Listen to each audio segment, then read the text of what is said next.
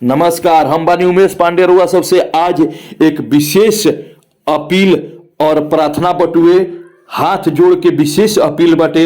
हमारे यूट्यूब देखे वाला जितना भी दर्शक बंधु बाड़न वो लोग से हमार विशेष अनुरोध बटुए कि ई बाबा जो देख रहा बानी सब पीला कुर्ता में नजर आ रहा बानी, ई बाबा आज सुबह 10 बजे अपना घर से कुछ कार्यक्रम के तहत बाहर निकल रही है, अभी तक घरे वापस नहीं आई। तो रुआ सभे ए बाबा के घर तक पहुंचावे में मदद करी सभे।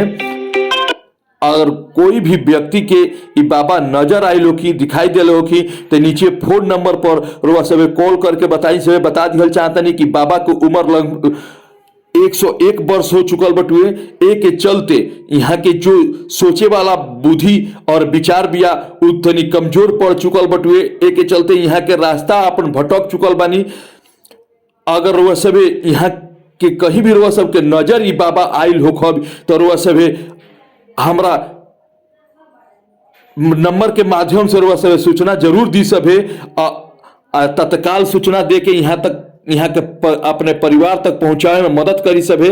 यहाँ के बाबा परसिया के वरिष्ठ नागरिक हैं जो कि बता दिहल चाहता नहीं कि पिछले साल ही यहाँ के 1 वर्ष अपन पूर्ण कैले बानी, तो बाबा के पहुंचाए में मदद करी सभे।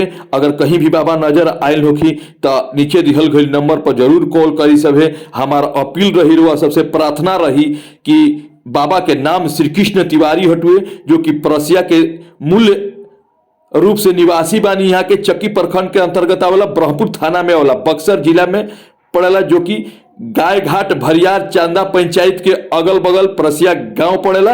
वो परसिया गांव के यहाँ के वरिष्ठ नागरिक हैं श्री कृष्ण तिवारी जी नाम हटुए। यहाँ के 100 वर्ष अपन पूरा कर चुकल बानी। एक के चलते यहाँ के जो सोचे विचारे वाला जो बुद्धि बाटे जो तनिमुनी कमजोर पड़ चुकल बटुए, एक के चलते यहाँ का रास्ता भटक गई बानी। तो बहुत बहुत धन्यवाद बा, रुआ सब हेल्प करी सब है मदद।